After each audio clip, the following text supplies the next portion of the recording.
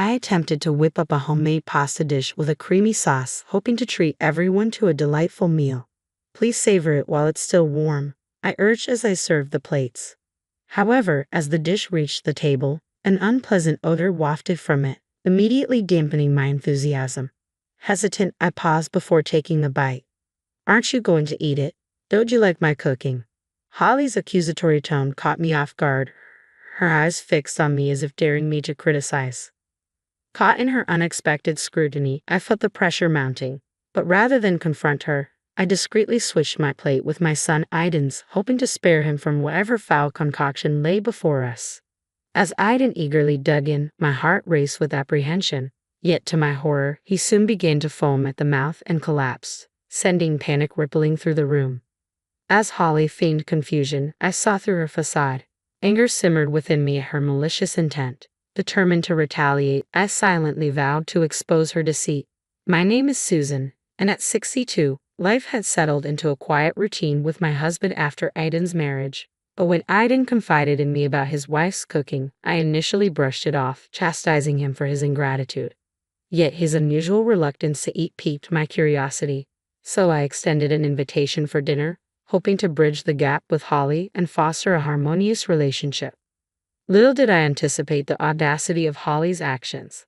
When they joined us for dinner, the evening unfolded without incident, leaving me to ponder the unsettling events that had transpired. I hope it suits your taste, Holly, I ventured as she sampled the dish I had prepared. It's delicious, she replied, her expression lighting up with satisfaction. Grateful for her approval, I couldn't help but feel a sense of pride at her compliment. I'm glad, thank you, I responded with a smile. Holly continued, expressing her admiration for Aiden's fond memories of my cooking. Her words made me blush with embarrassment and pride all at once. And I'd also made a dish for you as a gift, Holly announced, placing a large container in the center of the dining table. Curiosity piqued, I inquired about the contents. Holly, what on earth did you make for us? It's a French dish called quiche, don't you know it? She replied confidently, opening the container to reveal its contents. However, what greeted us was far from appetizing. The burnt surface and the gooey, undercooked interior emitted a foul odor that made me involuntarily grimace. You just mix the dough and bake it so it's easy to make, Holly explained, seemingly unfazed by our reactions. Despite my reservations, I timidly picked up my chopsticks to give it a try. But the undercooked dough made me hesitate, and even my husband refrained from taking a bite. Seeing our reluctance, Holly's insistence wavered. Mother-in-law, aren't you eating it? She questioned, her tone strained. I'm sorry, but I feel like it's a bit undercooked. Can we go ahead and reheat it? I suggested gently, hoping to avoid any offense. Holly's reaction was palpable as she frowned at my critique. Never mind, she muttered, slamming the container onto the table with a hint of frustration. I didn't think I'd be treated like this just for burning a dish. Do you think you can do anything just because you're good at cooking? Holly's frustration simmered as she confronted me. Holly, calm down before you complain to Mom. Don't you think you should try it yourself? I interjected, trying to diffuse the tension. It's easy to make, so I don't need to taste it, Holly retorted, her tone defensive. But why aren't you eating it either? How can you serve food to people without tasting it yourself? Just try it, I urged, realizing my unintentional rudeness. Attempting to mediate, I sought to calm their escalating argument, but Holly remained indignant, her laughter edged with bitterness. Aiden, sensing the tension, apologized and followed her out of the room, leaving me feeling overwhelmed in the silence that followed. At this rate, she'll think I'm giving her a hard time, I lamented to my husband, contemplating the leftover container before us. I'm not cocky about being a good cook, I'm just average, I confess, my concern growing about finding a peaceful resolution.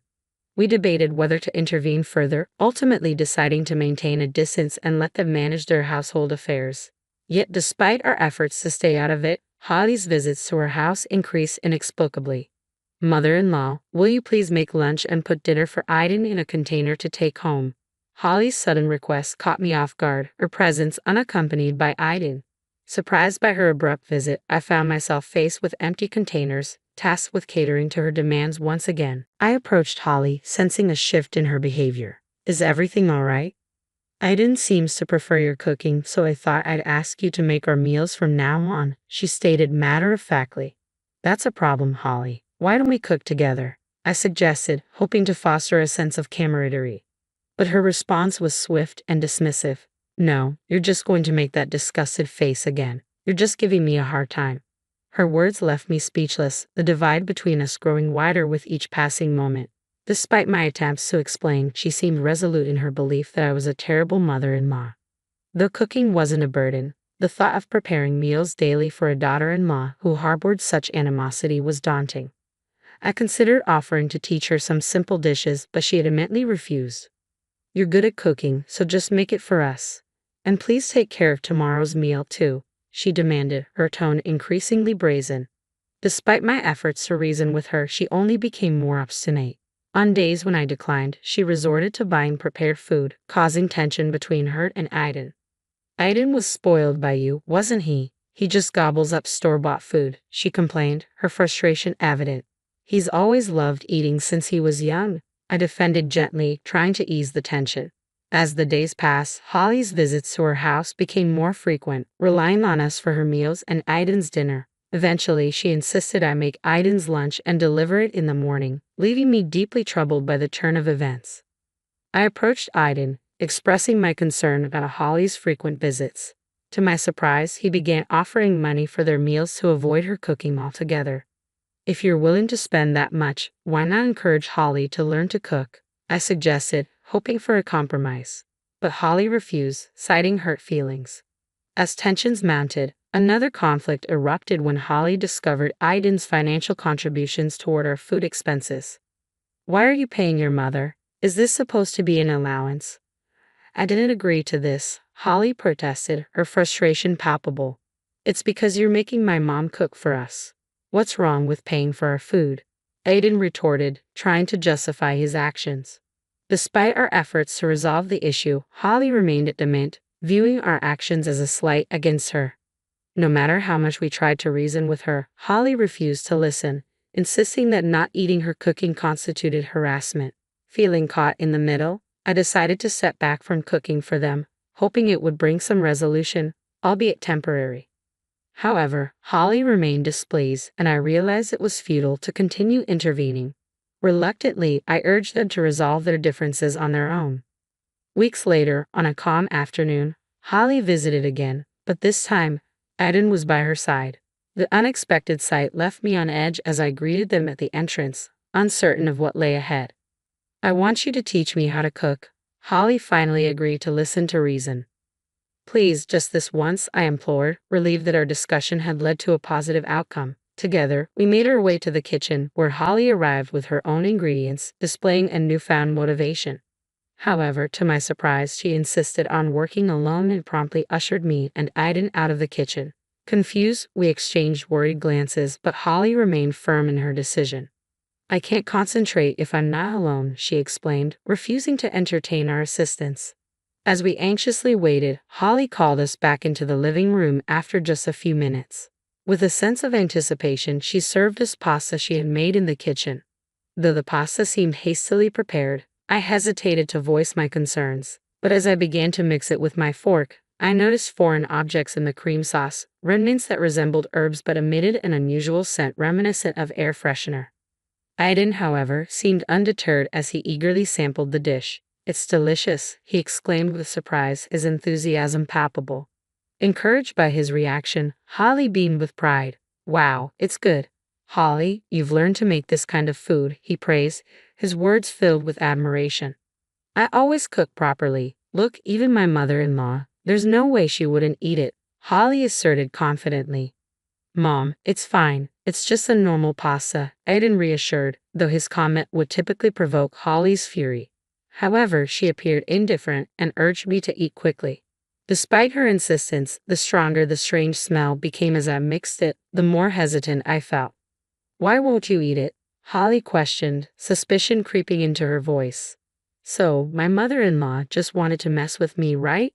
That's not true. It's just that. I began but was interrupted by Holly's ringing phone. She hastily excused herself from the table, leaving the room.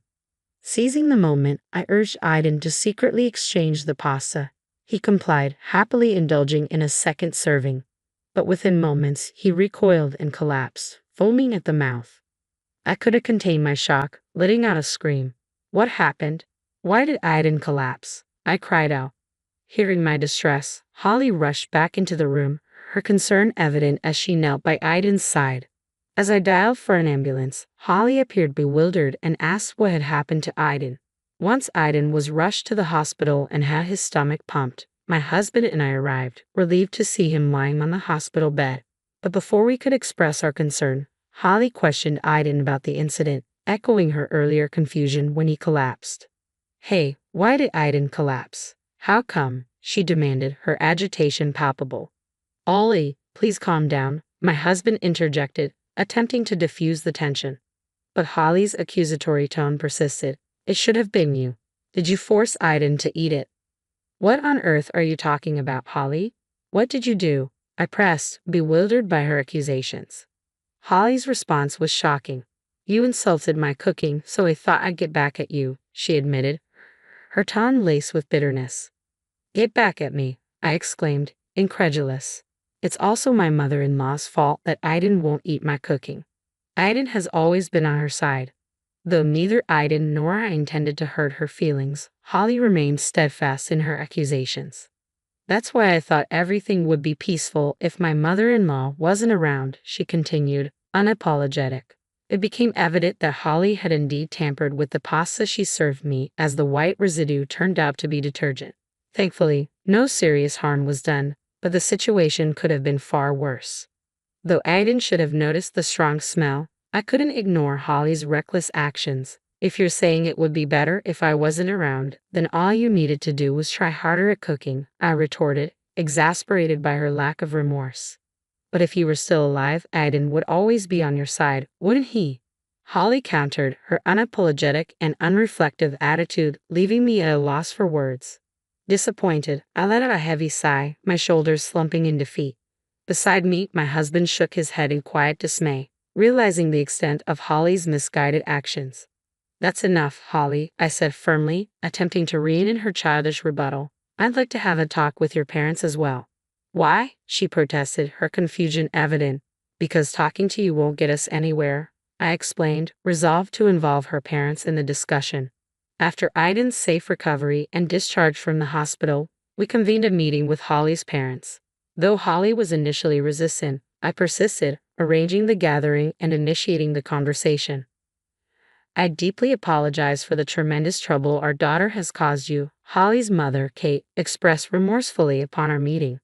Oh no, it's something my mother needs to apologize for, Holly interjected defensively. Kate's stern glare silenced her, prompting Holly to bow her head in contrition. Throughout the discussion, Kate's strict demeanor raised questions about Holly's behavior. We'll cover the medical expenses, and if there's anything else she can do to make amends, please let us know, Holly's father offered, attempting to rectify the situation. But Holly refused to relent. Stop it.